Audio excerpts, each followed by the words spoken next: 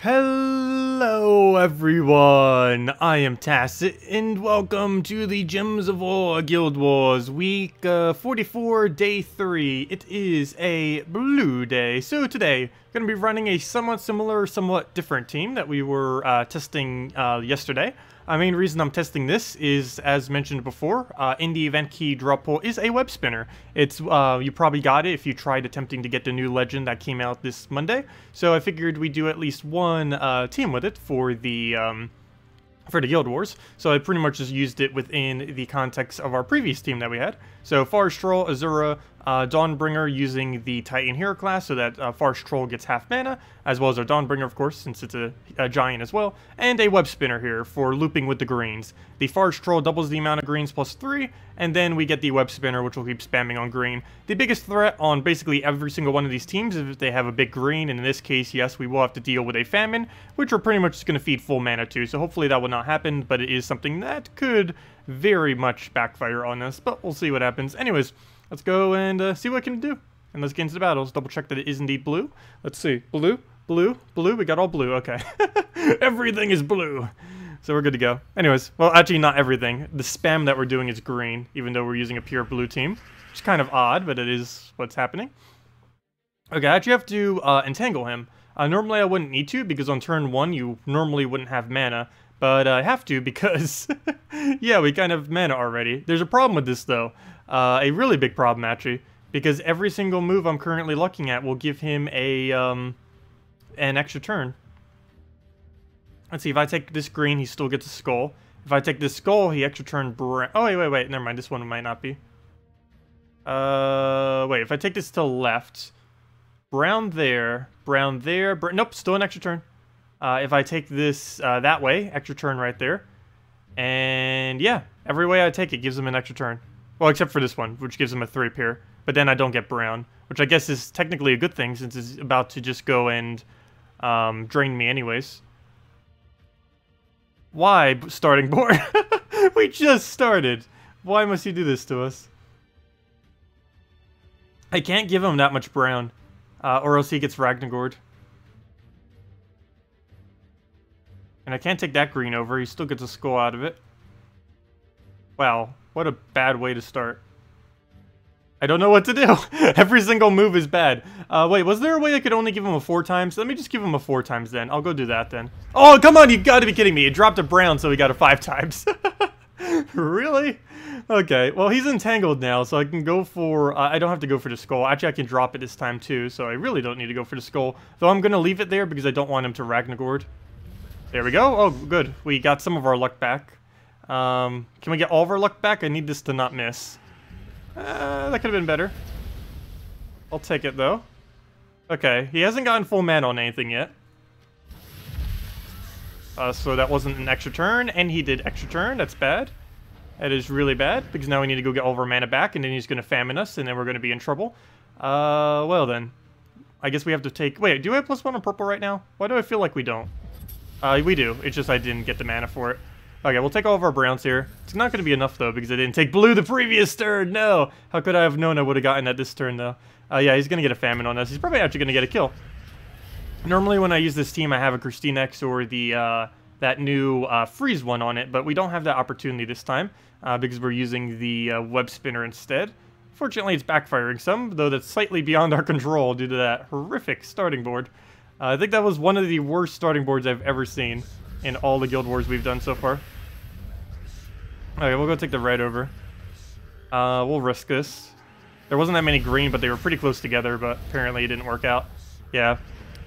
That is a concern. Web Spinner constantly getting its mana up, and without anything with immune to mana drain. That is not going over too well. Well, we'll get another famine here. Luckily, he has not managed to actually get a kill. So we at least got that going for us, though he has Infernus, so I probably spoke too soon because he's probably killing something next turn. Haven't been able to get a single Dawnbringer down at all. Will it die? No, it will not! It lives, barely. Okay, he's gonna get a Ragnagord down. I guess we take a brown and just try getting one more of these down. There's not that many greens, though, but his Ragnagord might fix that for us, so hopefully he will. What is that board? I think we could use it pretty well, actually. So we'll go take all this mess. Grab all that. Take all that. That actually gives us a Azura, which wouldn't be too bad. Again, not that many blues on the board. I guess we go for an explosion and hope for a double yellow drop or something to go amazingly right there. So we'll go get that down. It's about to die next turn anyway, so I want to get that down since it's pretty much guaranteed dead. Okay, we got the core too. Can they win all low? No, probably not. We are so ridiculously close to death, so we'll go move that over. This has to not miss. Ah, I missed! And he got more famine mana. Not all the way though, not all the way. We need Web Spinner to infinitely loop right now to have any chance. Which is possible, we have done it before. Come on, you got this, Web Spinner. Make the greatest comeback ever on 1 HP.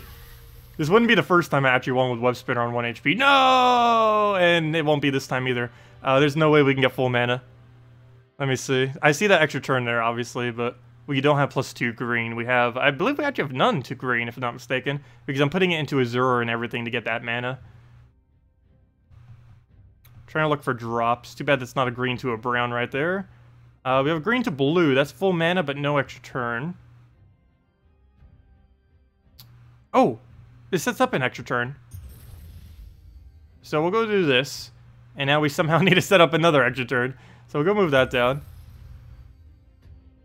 Another thing that could happen is he Ragnagords and nothing really happens. But then again, he's going to burn kill us. Yeah, I need an extra turn by taking blue or green right now. Actually, it has to be green. I forgot because it's going to be blocked if it's not blue. So that leaves no option whatsoever then. We could take this yellow and get triple green. Or that. That's pretty much it. Let's see. This purple won't do anything. Also, hello everyone. Hello, they even say hi's. What am I doing? Hello, Mehmet. Hello, William. Hello, Tim. Hello, Questor. Hello, Captain. Hello, Derek. Hello, War. Hello, Tim. Hello, Sea Dog. Hello, Lexia. Hello, Benjamin. And hello, Trey. And thank you for the subscribe name I cannot mention. I don't know how to say that in Russian. Yeah, hello everyone. How are you guys' days been going so far? So far, everything's been kind of chill today, actually. Anyways, I do not know what to do here. Still trying to figure that out. Blue? I think we take this blue. No, never mind. I already said that. We can't do that. I want the blue, but it doesn't go where I need it to. Yeah, there's no way out of this. Too bad of a starting board. I'm actually gonna... Normally, if we lose this battle in the first battle, I just kind of retire it. But this time around, I don't think I'm going to. Just because we almost had no way of really doing it this time around due to the horrible, horrible starting board. Okay, we'll give it this shot and try for either triple brown or triple green. Oh, we almost got a triple of some kind, but nope, they both died to burn. If burn would have cleansed there, we would have had a chance, actually. But nope. Okay, well, first lose in a while, actually. We've gone a pretty decent amount of weeks so far without actually losing on a Guild War day. Well, let's go bring it back again. I feel like this team would work. As long as it doesn't have famine, as long as we don't get that bad of a board twice in a row, we'll be fine. So let's go take that, but yeah, that is definitely top contender for worst board I've ever seen for a Guild War battle. What do we take here? We're gonna take a green. Hopefully it doesn't miss. And it does. Doing a lot of misses. As a 9 gem spawn, normally it's pretty good about not missing. And once you get it going, it's one of those kind of troops that stay going, but not today, apparently. Okay, we'll get an entangle there. Off the Sylvania Mora. That does mean I can't entangle him. Actually, we wouldn't be able to anyway. He has immune to it, so I guess that wouldn't really work out, regardless. From here, I kind of just want to take a green, though, of course, that does reduce our chance of actually extra turning with it. But he's about to clear the board anyway, so that doesn't matter much. We'll go for this again. Looks good enough, and it is indeed good enough. Go take that. Throw it down again. There we go. That's what you're supposed to do, Web Spinner. Why couldn't you have done this earlier when we actually needed you to? Yeah, that's what Web Spinner's supposed to do, if it was to actually function correctly. I almost feel like switching the banner to a little bit more into green. Because we kind of need at least a +1 or a +2 green, I feel like, to get the Web Spinner consistently getting its mana up. Because sometimes we'll get the Forest Troll, but in instances where we don't happen to get the Forest Troll, we might not have enough damage to close the gap. Okay, we have a bit of an issue here, too. He's about to do a little revive thingy, and I'm not going to have any way of killing it. He's going to go and do that any moment now. I'm going to damage it down almost to one shot, and then he's going to go and revive into a completely new unit. So that's unfortunate, to say the least. So we'll go do that, I guess. Oh, very nice. Though, again, that's still not enough to win. I'm going to get him down to 1 HP, and the poison will not trigger, nor will... And he's just going to revive into another thing. It's going to happen. It's going to come down to exactly 1 HP. It is. Oh, no, never mind. We actually got it. I was going to say, no, actually, this is more than one. This is 36 damage. So even if that poison didn't trigger, it would have been enough. But, yeah, that would have been a huge fail if he actually survived. And then transformed into a dragon, and then we had to kill it all again. That would have been awful. That would have been awful. Also, hello, Calvera. Hello, Haley. Welcome, welcome. First game you could have really used last slot, the one that have previously that summons a troop. Yeah, that's what we would normally use. I'm trying to use Web Spinner for all these, though. Maybe not against Famines, though. I'm going to give it another shot, though, because I'm just curious, but it's probably a really bad idea doing this against Famine, just because if we do end up missing, it backfires pretty heavily. But I did want to see, just for fun, what this thing could actually score on this day. I don't recall ever really using it for Blue Day, and it is related to the event week, so I do like using it. But yeah, if we could get this kind of start every single time, we'd be good to go. And now we just keep casting this until we win. We are inevitably going to miss at least once here, but that's going pretty well. We'll move that, throw it down again. Has that nice amount that once you get about 15 on the board, it just keeps going. 16 should be good. Yep, and that's what the whole reason why we use Web Spinner. Solo Web Spinner! But yeah, that's why you use a Web Spinner. It doesn't always do that, obviously, but that is the ideal reason of why you even bother using, like Web Spinner, Yasmin, Elamagrim, and stuff like that. Web Spinner is actually the worst out of all those that I just mentioned, but it's the cheapest to obtain out of all of them. Not to mention, to actually do what we just did, you need no traits at all. All of its traits are mostly related to if it's being used up front, not in the back. So if you're using it in back, you actually don't need a single trait, you just need to own it. And you can get it in event keys this week, too. Not really that good to... Well, I shouldn't say that it's not good. Yeah, obviously, we just won with it. But it's not good in the aspect that there are things better than it. But if you don't have any option, as I mentioned, it doesn't need to be traded, and it works out pretty decently, so it's nice to have around. It also has a pretty consistent 3x skull damage, which is always nice. Or not always, but most things can be poisons. Alright, we'll go ahead and attempt this. We got it, nice. Not enough greens on the board, though. I don't think I'm going to throw it yet. 13? Do we risk it? I'm tempted. I am so very tempted. I'm so very tempted. Do we go for it? To go or not to go? I think we're gonna go for it. Okay, it didn't work. Okay, plan B. I guess go and get Dawnbringer up some. I just realized how weird the Dawnbringer's placement kind of is now because of the Azura. Oh no, I moved that earlier because I thought it would kind of work slightly better, but apparently not as much. How do you get lots of gold? The easiest way to get gold in Gems of War is to do PvP. PvP has the best possible gold gains in the game, so definitely really good idea to be doing so. Okay. I still don't know what move I want, so we either have two options. Go try getting into Dawnbringer, or just get Web Spinner up already. Or third, we go and get him up, I guess. So we'll go do that just because it gives us a lot of mana. Go get some too, but I mainly need to get get our own team going and not really worry about his. So we're gonna go get that, get our barriers that we need. And he's gonna start doubling purple. I should probably start actually taking that out from the board, because I don't want this entire board just scattered with purples. That's not gonna work out well. So go take that, he takes some reds. He's gonna go double this now. I'm actually gonna take another purple here, just because I do want to deny him out. And he still manages to hit it, wow. Wouldn't that be funny if using our loop team, we actually get looped against his loop team? That would not be good. Also, I didn't even notice that. He has a green counter off the green slime. I always forget that it does that because it's so underused, but that can actually be very bad. Let's go throw a Dawnbringer here.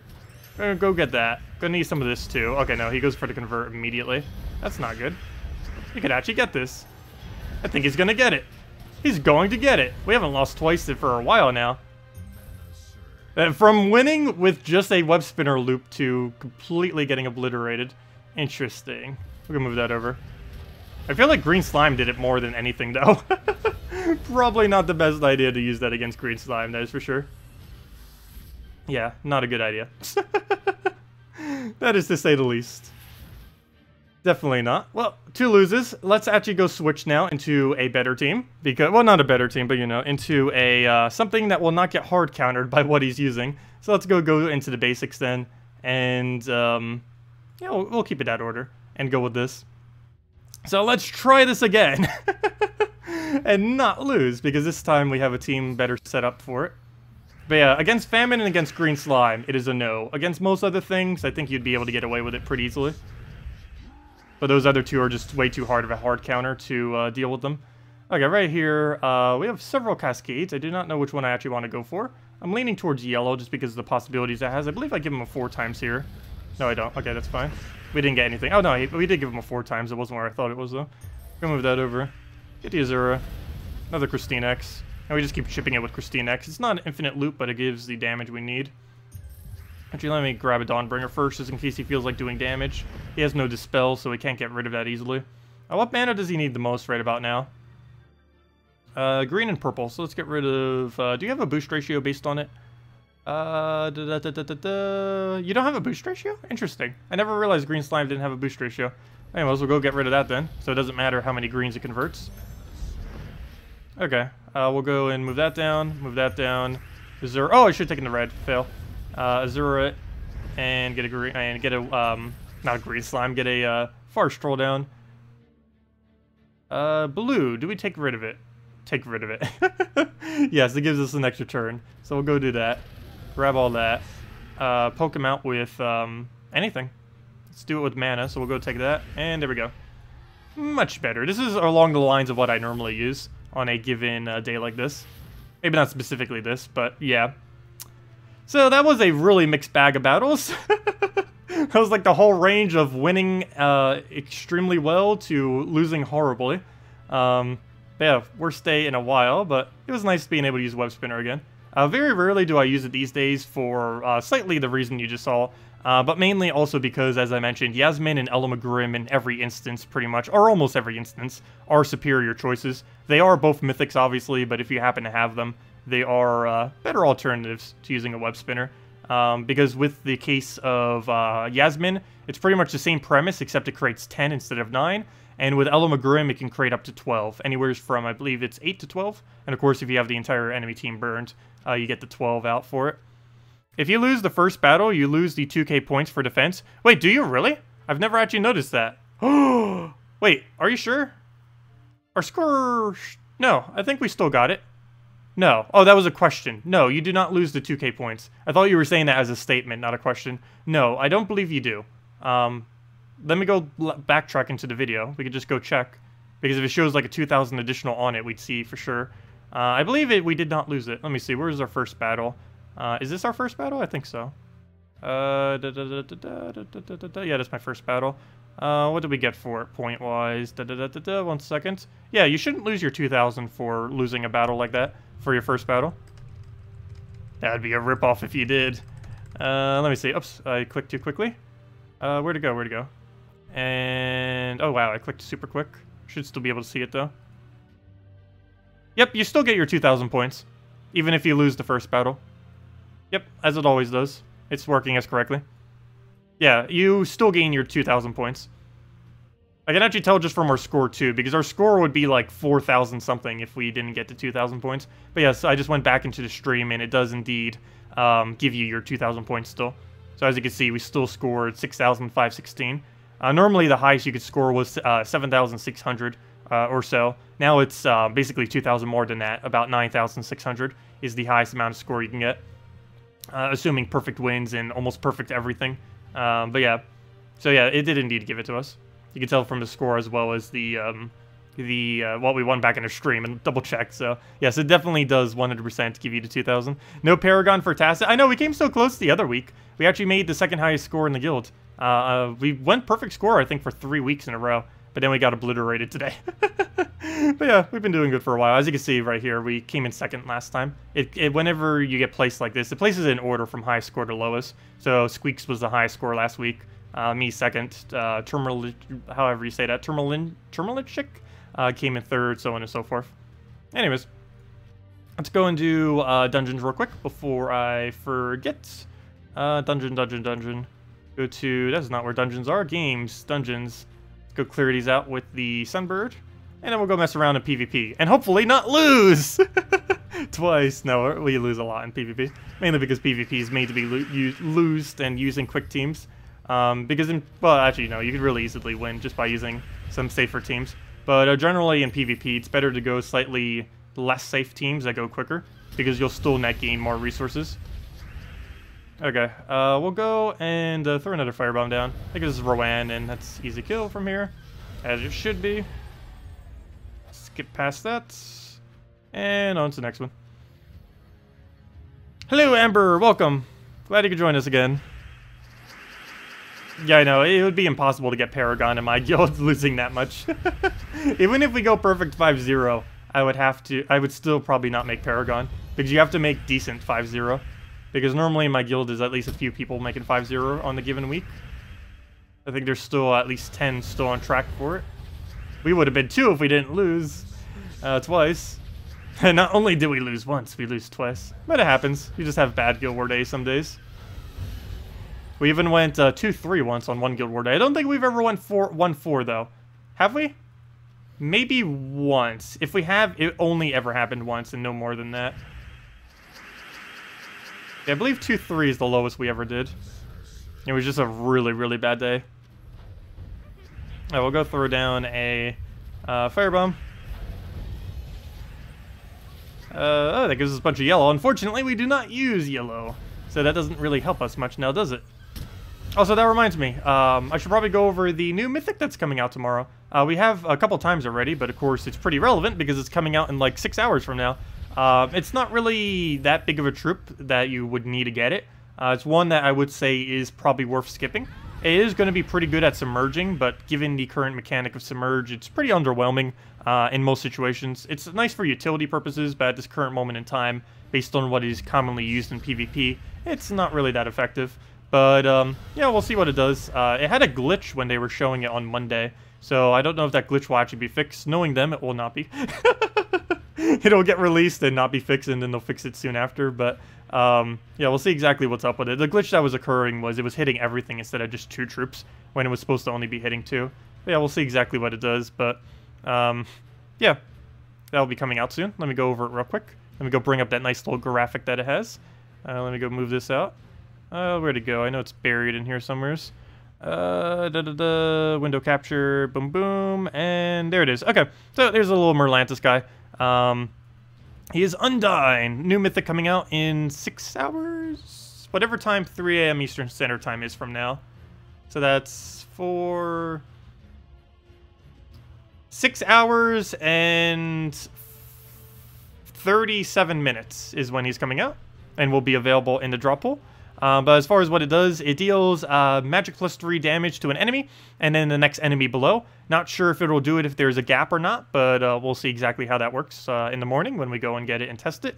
As far as additional abilities, it is boost ratio based on Merfolk and Submerge on your team. This is a maximum, assuming your entire team is Merfolks that are submerged. You would be able to get an additional 48 damage onto his ability, which is a total net gain of 96 damage overall, since he hits 2 troops. So that's a lot of boost ratio you can get, that is for sure. So you could potentially do like double one-shots. Actually, I think it'll be a little bit below double one-shots, but it could do 2 casts, 2 kill kind of thing, where it hits once, hits again, and then boom, dead on both of them. Don't think it's going to really be that superior as far as damage compared to Ketris, but where it also gains its value is it submerges all blue allies, and it also silences all blue enemies. So it could be a kind of Blue Day used troop kind of as a counter. As far as normally invading with it, this is not a troop that would be used in any kind of normal invasion team. It's pretty much just going to be used only for Blue Guild War Day, and maybe very nichely in just some kind of Merfolk teams here and there. And of course, if it ever comes up in like invasion or raids, it will probably be used. But if it ever gets like a category where it's kind of going to be needed. But for the most part, not really anything too overwhelming. Pretty nice with all the submerged stuff. Oh yeah, the traits. Two of the most noteworthy thing with those is it has a immune to mana drain, and on top of that, it also submerges itself at the start of every turn. This is different than what it was originally going to be, and is actually quite a bit weaker than what it was before. If I'm not mistaken, at one point it was going to be submerge a random ally on 4 times or 5 times matches. The problem with its current trait that it has now, even though it's perpetual forever, it only does it on himself and not to all allies or anything like that. And only submerging one troop constantly over and over again isn't really going to help you at all. Yeah, he's going to be pretty average. Nothing really too over the top, but he will be available tomorrow and for the entirety of that week.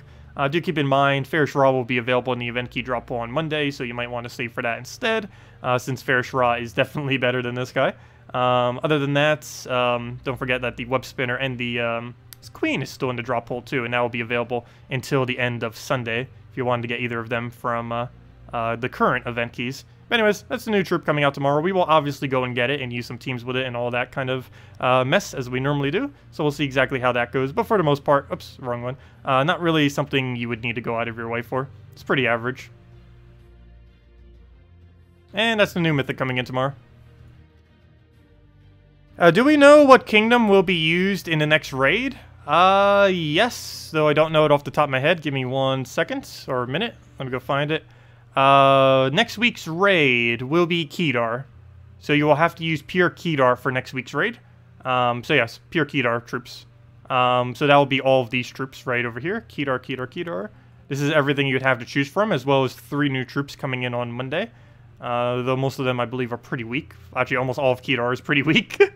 They're generally used within other teams. They're not really that good within the context of like building a pure team out of Kedar. But, of course, the most noteworthy thing from this entire kingdom is the fact that Fairish Ra is in it. But other than that, very few noteworthy troops. Alistair has a decent armor gain, though there are better options. Even Templar is better because it has a much better chance of extra turning. Anobite Warrior is only good in Arena and an early game for a high armor buff. Later in the game, it is 100% useless. Azurus is basically only used for the purpose of soul farming teams due to its necromancy and a +1 purple. Works really good with Dragon Soul. Of course, you can't use it for next week for the thingy. Basilite Priestess is a double convert, though its limitation is so hard to actually land because you need to have a death mark onto your team. This might actually be somewhat useful, though, in a raid. The main reason being is, of course, in raids, there are a lot of things that have the death mark mechanic. So even though she's useless in 99% of situations, next week in raids may be the 1% where she's actually viable. Because assuming they have death marked something on your team, you'll be able to transform all greens to purple, and if an ally is death marked, which will most likely be in raids, it also transforms all yellows to skulls. Will it be particularly good? Not really, but it's going to be the best it's ever going to be. And you're not really going to ever be able to use Basilite Priestess better than that, though she's still overall very weak. Bone Dragon, mostly only relevant these days for its automatic freeze when hit with skulls. These days it doesn't really do enough skull spam to really be worth using, but of course for the raids it might be used. Bone Scorpion, basically useless. It just does like a little poison board control thingy unless you're a really new player, you never need it. Keeper of Souls might be used probably for the Kedar event, mainly because it has really controlled skulls, one of the best skull spammers, and it also has a 50% chance to summon whites, which you could use as meat shields every time you get a kill. Mummified King is arguably the worst troop in the game. It does barely any damage and then death marks itself, which is horrible. Nekriza is good for Dispel, though I don't think you ever need Dispel for raids, so that's pretty irrelevant. Though it does summon a random undead, though undeads are pretty weak, and no Strizix will be used, so pretty useless. Fairish Ra would be really good to use if you happen to have it for next week's raids. The only issue with that is having a soul farmer for it, because I don't believe there's anything within this kingdom other than himself that gains you souls. Oh no, there is. There's white. So I guess you would have to try to shove a white somewhere into your team. Revenant's pretty useless. It death marks the last enemy, and since the last enemy will be impervious to basically everything due to it being the raid boss, there's no point in using this next week. Setite Warrior is good, though in the context of a Kedar kingdom, he is basically useless. I find it really weird that he's actually in Kedar, because he has no real synergy within Kedar. So yeah, he's most commonly used with Rowan, but there's no Rowan in this kingdom, so that doesn't really work out. Skeleton is actually pretty decent skull. Creates a bunch of skulls and then automatically extra turns. It's the only instance of this in the entire game that has a skull spam into a automatic extra turn. Not really that over the top, but if you had no other option, he would be okay to use. War Sphinx is pretty much useless. It's just a jumble on the board. It does have Impervious though. And of course, white, as I mentioned, if you're using Fairish Ra, would probably be mandatory to use on your team because it gives you the extra soul gain that you need to be able to get your Fairish Ra rolling. Plus, it creates a little bit of purple, which could align his yellow to purple convert. Yeah, that's pretty much the entirety of Kedar and what will be the next event next week for raids and all that. As far as what's in the drop pool for event key next week, it's Alistair, Anobite Warrior, Azurus, which is noteworthy, Basilite Priestess, Bone Dragon, Keeper of Souls, which is noteworthy, Mummified King, Nekriza, Fairish Ra, which is basically the main reason anyone would even bother opening event keys next week, Setite Warrior, which is good for Rowan, as I mentioned. War Sphinx, pretty much useless, and that's it. And I believe one of the new troops coming in next week is also in the event keys. Yep, that's pretty much it. Let's see. Can I show an Azurus Dragon Soul team for soul farming or just for PvP? Normally they're not really made for PvP. I assume you mean for like soul farming and stuff. But yeah, you just go to first challenge Divinian Fields, which is over here. Oh, that's not where challenges are. Fail. First challenge Divinian Fields. You can also do an Explore, though it's quicker souls per hour doing it within doing it within challenges. So we'll go do this. I'll do the 3 times Azurus. You can also do it with the Umber Wolf version, but just in case you don't have fully traded Umber Wolf. The only thing you actually need traded on this team is, of course, the Azurus, though you do need it fully traded to get the full value out of it. A non-fully traded Azurus is basically just any standard Necromancy troop. The whole reason why it's used is it not only has Necromancy, but it also has some kind of other benefit, which in this case is Magic Link. It does require fully trading an Epic troop, which is normally not a good idea. But in his case, if you are going with a 0 Fair Shra soul farming team, he's the best option that you have as far as a support in a non-Fair Shra soul farming team. Okay, so right off the bat, we're obviously going to want to take purple. Basically, every turn we're going to want to take purple or red, ideally purple every time, because that gives us the most amount of mana. And all we have to do is cast a bunch of times. Oops, I did this slightly wrong. You're supposed to do it on Warlord 2 difficulty, not Warlord 0. We're on normal difficulty right now. The reason you move it up to Warlord 2 is because this makes it so it's the highest difficulty that you can 3 cast the enemy. That's the reason why you do this. So we'll go and move that. Get our poke there. Didn't even need that poke, but oh well. Grab all that. Take the last bit of our mana. Into an extra turn too, perfect. And just go get that down. But as you'll see, it'll take us 3 casts to kill them all out. If we don't win with skulls, that is. Getting really lucky with those skulls, even though we don't even need them. A little bit of a bad board here because we have no mana we could take. Once again, we have no mana. Oh, yes, we can. Never mind. We go grab that. And the reason you want a 3 cast is because that gives you the max capacity of souls. There used to be a glitch where you could get away with double casting Dragon Soul for 2 casts, but of course they have fixed that glitch since then. So you have to 3 cast it now. And Warlord 2 is the best location for it, because regardless of what point you are in the game, you will always be able to 3-shot like that. And as you can see, we get 350 souls every time we do that. And we can easily do that every single minute. It's actually quicker than 1 per minute. I'm not sure the exact rate off the top of my head, but let's even say it's as low as 1 per minute. What is 350 times 60? 350 times 60, that comes out to 21,000 souls per hour. From my knowledge, it scores about 25,000 scores per hour, but even if you only win once per minute, as I just calculated out, yep, that is easily 21,000 souls per hour. Maybe just ever so slightly less with a lower VIP, but still really decent amount of souls, that is for sure. And it's pretty much the best soul farming team with 0 Azurus that you can ever build. There's another one too, though I have not tested it extensively enough to know for sure if it's actually better, but, oh, I don't want to kill him yet. Oh no, there's no good move. We're gonna take that. But using a Umber Wolf, I'm not sure if that's actually better or not. Oh no, it's gonna force me to win. Really? I wasted all this time trying to get this, and now it's gonna force me to win. Okay, I'm gonna deliberately not win then. It's gonna take that. There we go. That took long enough, and then we'll go take that. And down it goes.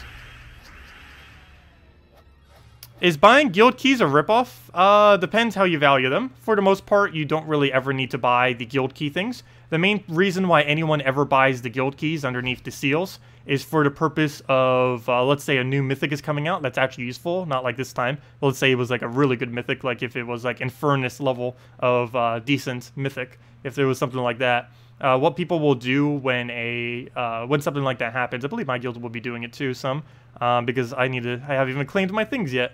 But like if you're a small gap away, some people will go and buy the seal packs to close the gap. So as you can see right here, we are about 3,600 seals away from getting up to the max capacity of these chests. And some people, let's say like tomorrow, will probably buy some of the guild key packs because they're going to want to go and open some of these. And in doing so, this counts towards the total of your guild count. So you could use that to close the gap. It's been a lot less desirable, though, these days. They basically devalued this when they added orbs. You do want to make sure you have 1.5k already before you go use orbs. But another way that you can do that without even spending any money is to go into your, where do you do it again? It's under, oh, right here. You go under, click Orb right here, use one of your Orba clans or major Orba clans, and you can use these instead.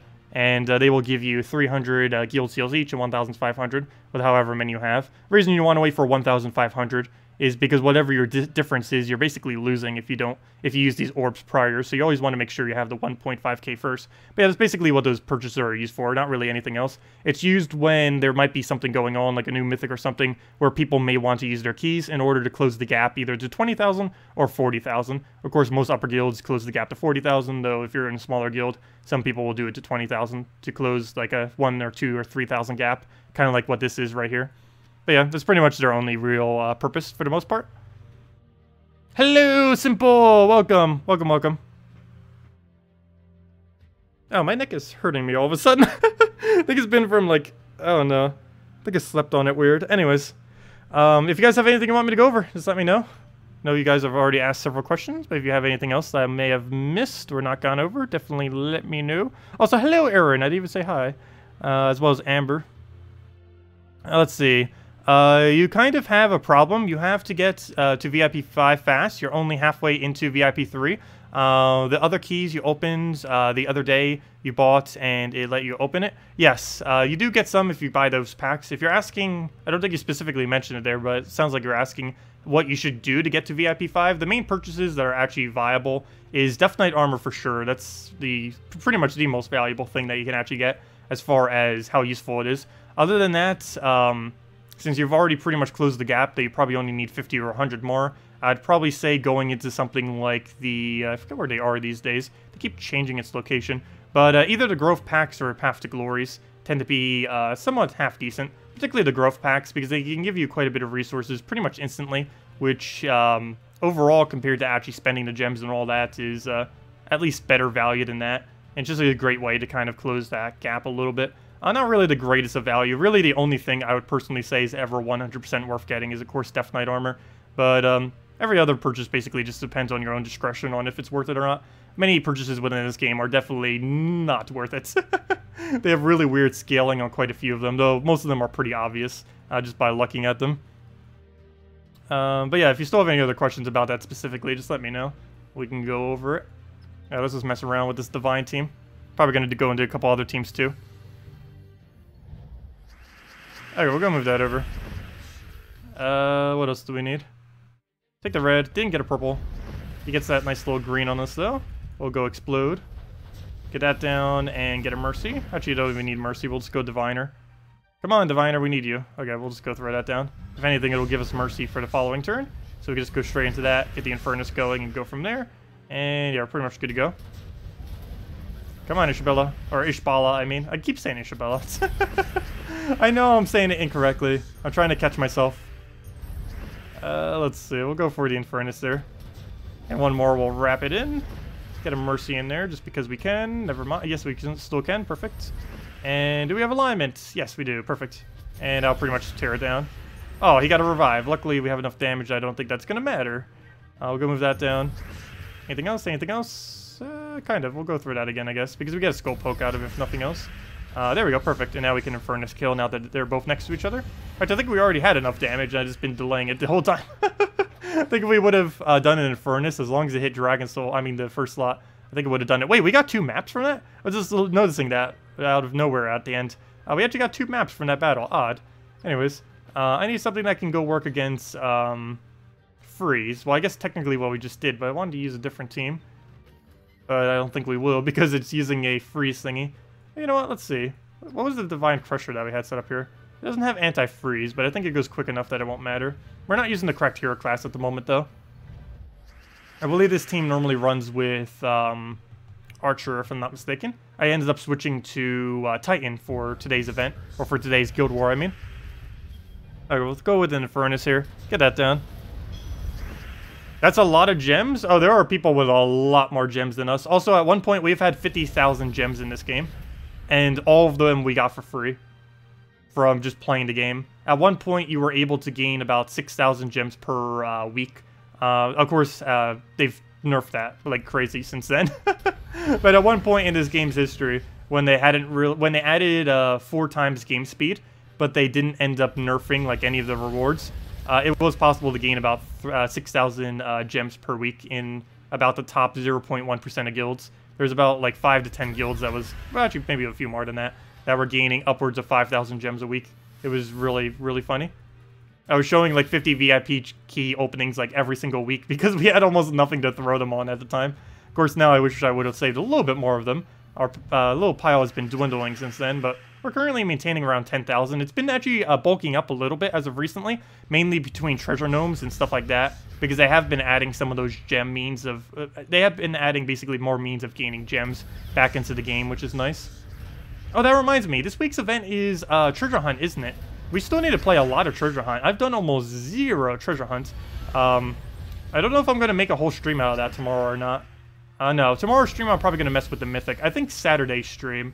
Not certain, though. We'll probably be doing it a decent amount. Not sure if it's going to be the bulk of the stream. But yeah, I need to do a lot more maps. I haven't really even started on the grind. I think you need to do like 5 hours of them or something to get the event done this week. I'm not sure. Depends how well we perform on them. Hello, Oscar. But yeah, let me go into them because I've almost barely even touched this event. What are we even at? Like 12? Yeah, exactly 12. Wow. And we need to get to 250. They did not increase the amounts that you need to do to basically get this all the way up, but they did increase the reward, so it is more desirable to actually go and excuse me, to go and do this now. So you know what? Let's go and poke at it some. Play a few games of Treasure Hunt.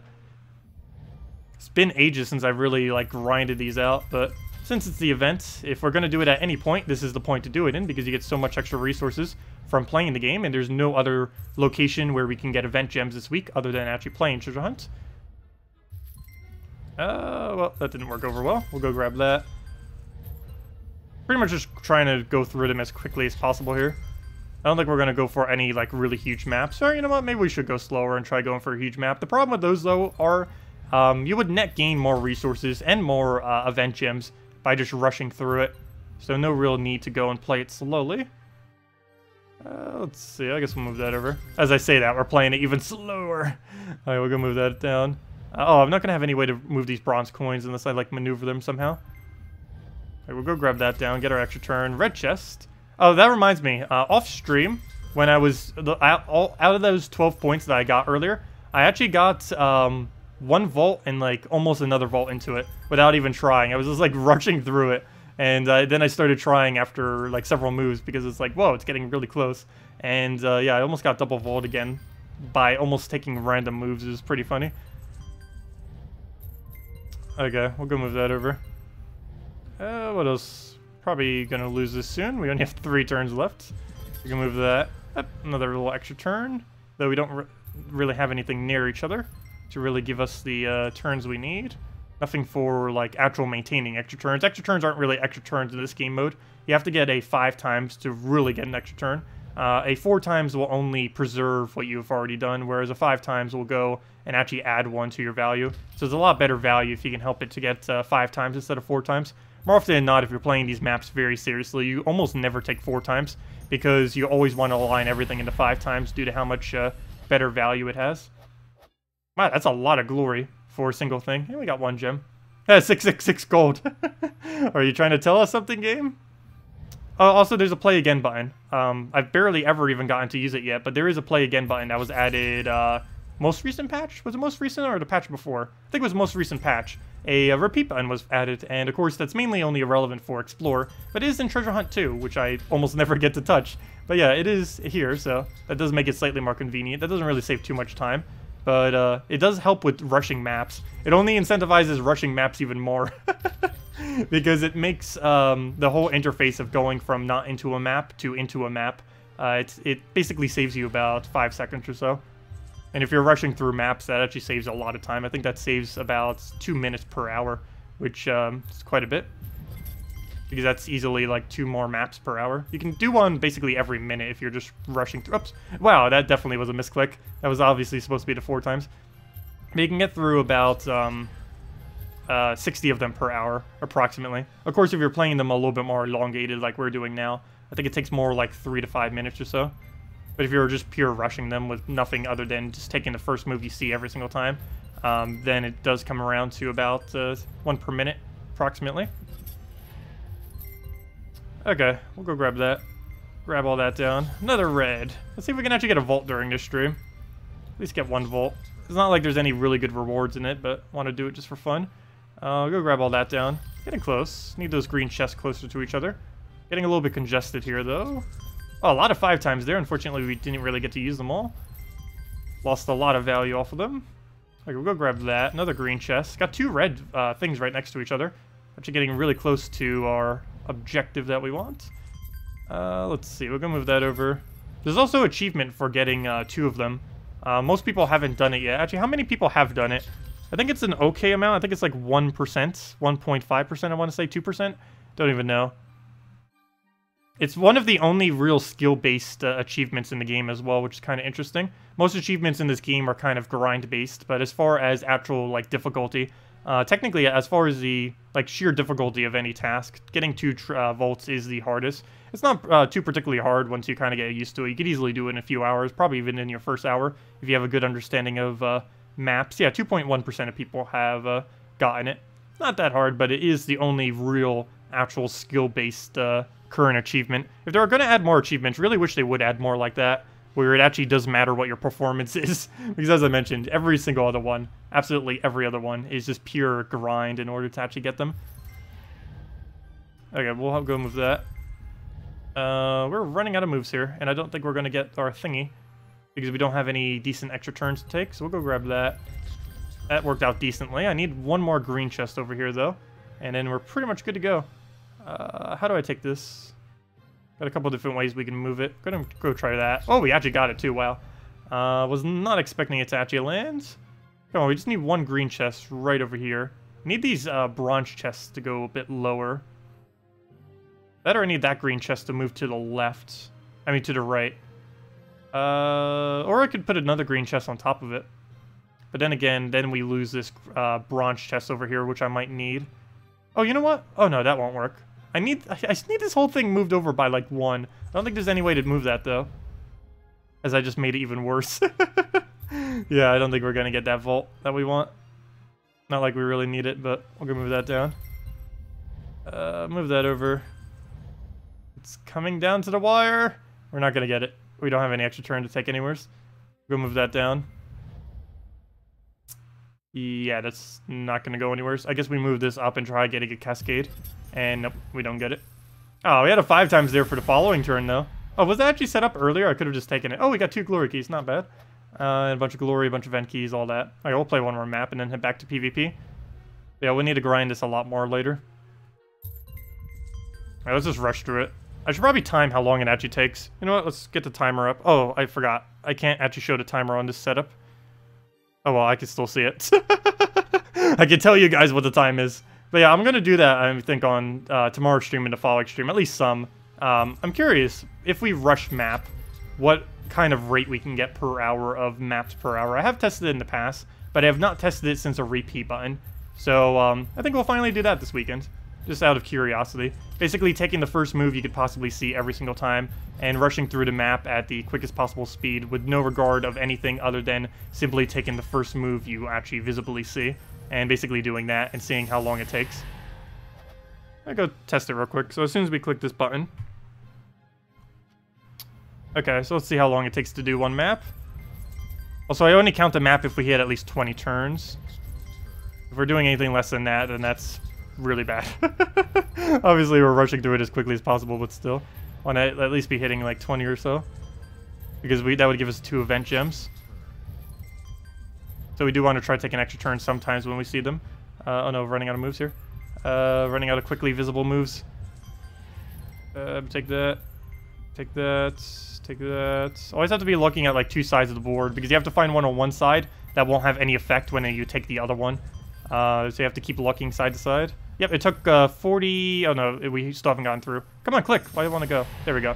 So it takes under a minute to do a map cycle then. Wow, you could actually get... wow, then with the repeat button, you could do about 70 to 80 maps per hour. Interesting. Of course, we'll be timing it for actual hours eventually. Probably sometime this weekend during our streams. But, yeah, very interesting. To say the least. Too bad it would be really hard to actually see how many resources we get from that. I have tested it once, but it took a lot of recording, and I basically had to like record it independently of the timer because it took too much time to have to keep recording every single score that we got. I guess on stream we could just do it and then look back at it, since it's all being, we could just look back into the stream, so that might work a little bit better. It's going to be hard to determine where all 70 of the rewards are, though. But yeah, in that time, it's only 1 minute and 34 seconds, and we did 2 maps. So yeah, current rushing is definitely, at minimum, 1 map per minute, even if you get longer maps. Just rushing, doing whatever first move you see. And this is actually the most profitable way to do maps as well, which is really weird, but it is the case. It doesn't give you that many gems, and basically 0 keys, but out of just sheer, like, glory and, well, mainly glory, souls, gold, this is the best way to get those kind of resources from these. Or as well as event gems, I believe. I don't think playing them out is worth it due to how much longer it takes to do all of your moves, especially since the repeat button, as I mentioned. Repeat button just is incentivized even more doing this exact strategy. We'll just take the first thing you ever see, which is why I really wish they would add vault keys to vaults. They already said they were never going to do that. But it would be the biggest thing that they could ever do to actually incentivize people not doing what I was just doing. Because that is way better than actually playing them out if you have thousands of maps. Especially for the events. As you can see, we already got a decent amount towards it. But that's basically going to be our main method to go and grind all that out for when we do go and do it. Anyways, that's that. You finally got 4,000 diamonds. What mythic should you craft? Ferrous, if you don't happen to get it next week. Definitely Ferrous. Ferrous is always the answer. Yeah, pretty much always. You would want to go for Ferrous as your very first mythic take. Very few instances would you ever go for anything else. And if you were to go for anything else, that'd most likely be something like Worldbreaker or Infernus or something. But I would highly advise making Infernus. I mean, I would highly advise making Elamagrim your... words. I highly advise making Ferrous the first mythic you ever craft out of diamonds. Because the sooner you craft them and get them fully traded, the shorter amount of time you'll have to do soul farming. Ferrous teams can soul farm anywhere from around 30,000 to about 50,000 souls per hour, given on what you're using them in and what kind of context you're using them. But yeah, Ferrous teams gain a lot of souls, and it's definitely highly advised to have them. I know, Ferrous is always the answer.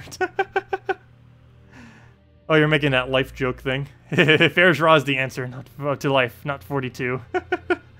Anyways, let me go close this timer. It's actually blocking my screen slightly. I know you guys can't see it, but I can. Close all the windows. Oops, don't close everything. Just close that one. That was a fail. I almost closed every single window I have open right now. That would have been a gigantic fail, because the stream would have stopped if I did that, because it probably would have closed my streaming program as well. I was like, hello, Philiplex. Welcome. Welcome, welcome. And I could just call you Flex? Well, hello, Flex. Welcome. Oh, you finally got your first Infernus. Congratulations, Stan. Very nice. But yeah, cheapest thing you can use that, and if you don't have any other current alternatives from watching what we've been doing, with almost all the Infernus themes we do, because we do a lot of him due to how strong he is. But Alchemist, Moneylender, Goblin Rockets, Infernus, about the cheapest you can get it, and it works very effectively. But yeah, really nice pickup to have. It's arguably the strongest troop in the game right now, though there is a slight chance it could be nerfed very soon. So do keep that in mind if you're going to go craft it if it's available anytime soon.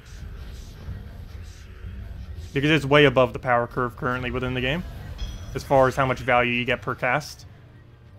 On paper, he seems kind of average as far as like other endgame stuff, but in actual use, I feel like a small amount of explosions is really underestimated. It's one of the reasons why Firebomb is also so overly used, and why you see me always using him in like Explorer and whenever we go do basically anything we want to go do super quick that happens to be super easy to kill.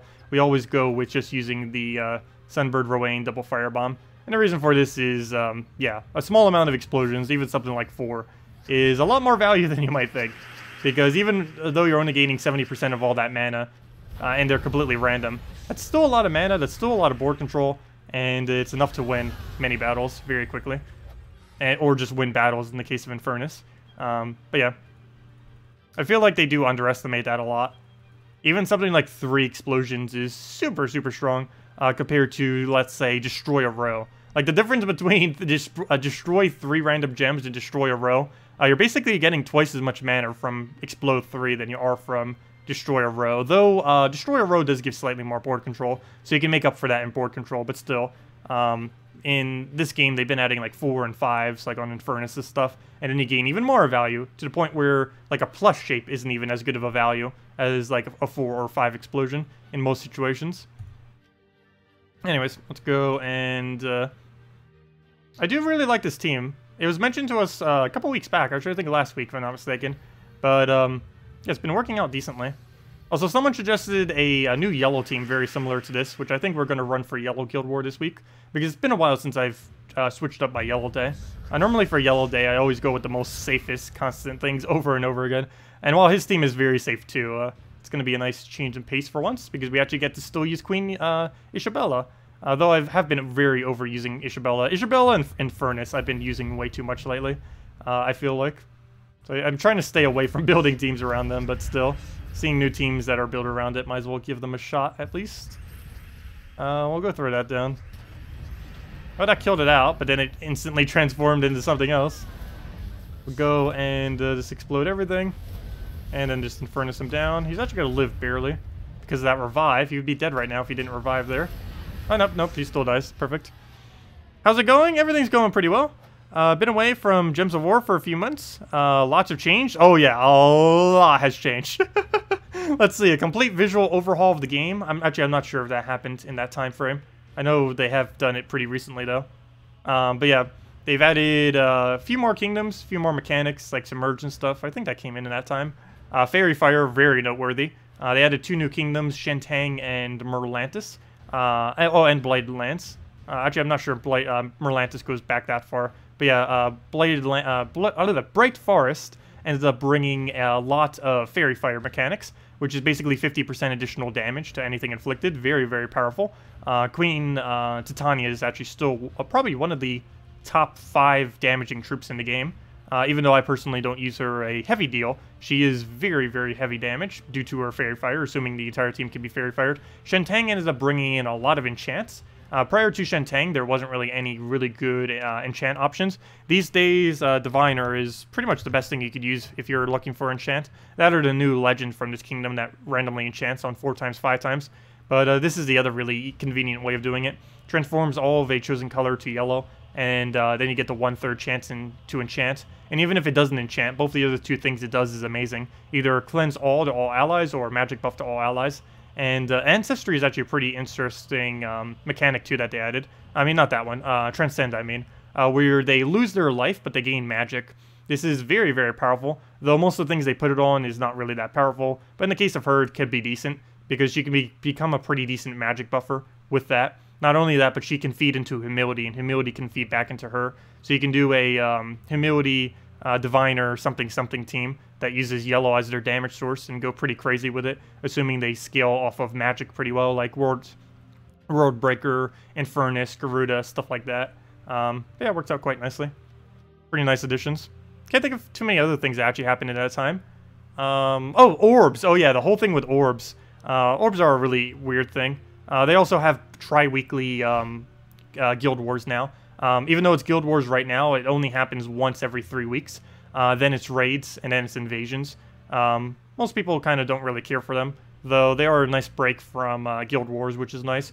I personally don't really care too much for their format, but they are, again, a good break from Guild Wars at least. So there's that. There's been a lot of mentions to kind of make it like an optional thing and stuff like that, because of course with competitive guilds, it's basically mandatory to basically play out raids and invasions, even if people happen to not like raids and invasions, just because the rewards for them are so good that you kind of have to when you're in a bigger guild. So that's been a little bit of a thing with it too, which some people haven't liked. But yeah, quite a bit of changes. And they're planning on a lot of big changes. They said 6 major patches this year. They've only done 1, and of course that was the one that brought orbs. Oh, that reminds me, I didn't even say what orbs do, just in case you probably don't know. Let's see, hero, inventory.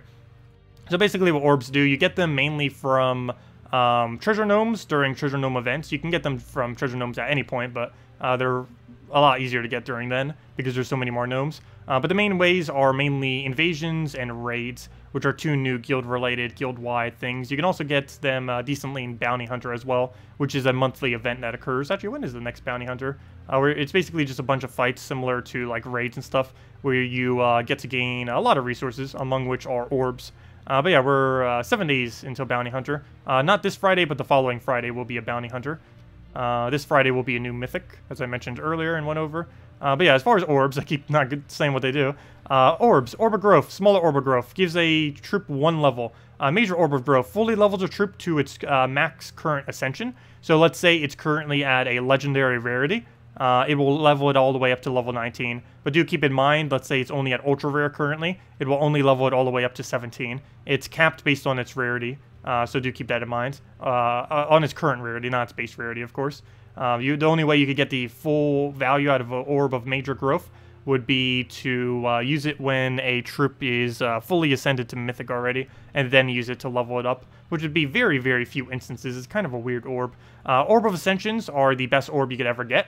A smaller Orb of Ascension can save you anywhere from about 500 to 1,000 gems, and a major Orb of Ascension can save you anywhere from about 500 to 2 to 3,000 gems. But basically what they do is a smaller one will send a troop to 1 additional Ascension. You would use this mainly on any troop to get it from Legendary Ascension to Mythic. Base rarity doesn't really matter much, but you would use it from basically to their Legendary to Mythic. So either on a Legend to get it to Mythic, or on a Common that's currently Ascended to Legendary to make it Mythic and stuff like that. Major Orb of Ascension is used mainly on Commons and Rares, mostly on Commons, to fully Ascend them. So if it's a Common, boom, you just got it all the way to Mythic instantly. Really good value out of that. The best orb in the game, pretty much, other than the Orb of Power. Orb of Wisdom gives the next trait on a troop. This is used mainly on Legends and Mythics, particularly on their 2nd and 3rd trait. Major Orb of Wisdom used on untraded Legends and Mythics, particularly Mythics, to fully trait them instantly. And Orb of Clans, the smaller one gives you 300 seals, then the bigger one gives you 1,500 seals, which is basically the equivalent of, or at least later in the game, it's equivalent of 15 gem keys and... what is the other one? 75 gem keys? I did the math right? Yeah. It's the equivalent of 15 and 75 gem keys is what these two are. So not too bad. Do make sure you have 1,500 seals before you use them, though, because you'll just waste the difference in your seals if you don't already have 1.5k for the week. And Orb of Power is basically non-existent. You can only get it by 1 means, basically, currently in the game, other than crafting it. And that is getting first place in any of the new game modes of Invasion, raids, or Bounty Hunter, which of course only 1 person could do every single week. So yeah, not really not really that easy to obtain, that is for sure, because literally only 1 person in the entire game gets 1 per week. Of course there is one other way of doing it, though it's not really that realistic, and that is to craft them within the Soul Forge. The only thing that Orbs of Powers are actually ever used for is for creating a new mythic that they added. But yeah, you can craft this thing, which is a complete waste of resources, and the only thing it's ever used for is to craft an Xenos, or I mean a Zugoth, which is the hardest to obtain troop in the entire game. So much so that it's been out for, what, a month now? Almost 2 months? And 0 people still own it. That is how hard it is to obtain them. It's pretty much just a trophy completionist kind of thing to have. And I'm not planning on getting it anytime soon, because it will take forever. It'll take forever and a half. Any specific class for the PvP team? Which PvP team? Which one are you referring to? My bad. Did you say something before that? Not sure which one you were referring to. Normally for PvP, I tend to run Archer if I'm running Hero in first slot, Dragon Guard if I'm running all dragons, or Titan Hero class, which is where we're actually using now, though it doesn't fit with this team. A Titan Hero class is normally used if you're going to be using a Troll team with a Hero. Most commonly, this is something like a Farce Troll in first slot with like a Dawnbringer on your team, though it could of course be any troll with any troll with any weapon, and still get pretty decent value. Yeah, they added gnomes in Bounty Hunter too in that time. Treasure gnomes are basically always available, though we haven't seen a single one this stream. But they can appear in almost any battle other than competitive battles like guild-related stuff and dungeons and stuff like that. But in most battles, basic battles like PvP, Explorer, and stuff like that, basically just the essential basic locations where you would be within the game, there's a chance of a gnome coming up, and it just drops some random resources. Could be gems, could be a vault key, which lets you go and get a bunch of free resources, A Valky on average is worth about 100 gems as far as how much it drops, so it's pretty nice, for sure. And during the key event, which happens once a month, you can get a bunch more of them. It just occurred recently, though, so it's going to be a little while before the next one. Yeah, a lot of big changes that they're planning on making this year, too, so we'll see how controversial some of them will be. Because they are starting to do some really controversial updates, that is for sure. But we'll see what happens. I'll go through that down. Yeah, they mentioned already earlier this year, they're planning 6 major patches. They've done 1 so far this year. So, yeah, we'll see exactly what they have in stores then. No, the Vault event will not be next week. I believe it's 3 weeks from now. I don't actually know for sure. For whatever reason, there's nowheres within the game itself that's easily visible, or really at all, where you can see when the next Gnome event is. There is one for the Bounty Hunter event, but there's not a thingy for the Gnome event for whatever reason. But I believe it's 3 weeks from now. So not next Friday, but basically 3 Fridays from now. So I don't know if this is the official date, but probably around the 26th. I mean the 27th. I'm not sure if that will actually be a Gnome Day or not. I would have to go double check spoiler threads just to see, because you'd have to go into the in-game files to actually check that. Yeah, I would say probably the 47th, because they said about once a month, and that's, well, about once a month, if they do it on that exact date. So we'll go through that down. But yeah, the only one we know for sure is the Bounty Hunter next week, next Friday. And as I mentioned, the new Mythic this Friday. Okay, we'll go take the Brown down, go get our Explosion, and go from there. Also, does anyone else have any other questions I may have missed? Oh, for crafting, between Draculus, Famine, and Elamagrim, which one? Elamagrim for sure. Elamagrim is a really, really nice thing to have. I love using it with Infernus, and if you don't have Infernus, I would use it with a Ural Fire Mantle fully traded. And yeah, you just keep looping with it, go crazy, and pretty much just auto-win against things once you get the loop going, assuming you're not frozen on purple. But anyways, guys, I'm going to be heading off for the night. Hope you all have a wonderful rest of your week. I will be back tomorrow morning at 10 a.m. Eastern Standard Time, 13 hours from now. And we'll be going over the new Mythic. We'll be streaming it then. Of course, tomorrow morning I will also have a Teams video for the new Mythic, as well as a key opening for the new Mythic. Do keep in mind the key opening may be a little short if we get it quickly, though we'll have to see how lucky or unlucky we get. We will be opening keys until we get it, so if we get it in 50, well, it'll be pretty short. And if we get it in 1,000, then rip our entire gem stack. Actually, not so much, because we actually have a lot of gem keys right now. We almost have 1,000 gem keys. I better be able to get it off that. If we don't get it out of 873 gem keys, there's something wrong. But yeah, well, that's what we're going to be throwing, a good bulk of that, or at least until we get the new Mythic. So we'll be doing that on Friday. Let me just double check if I miss, or I mean tomorrow. It is, Friday is in 6 hours. Let's see, how's it going? Oh, never mind, I already answered that. And I think that's everything. But anyways, guys, hope you all enjoy your weekend. Thank you so much for coming down. As I mentioned, we'll be back 13 hours from now, as well as every night at 8 p.m. Eastern Standard Time, 1 hour prior to now.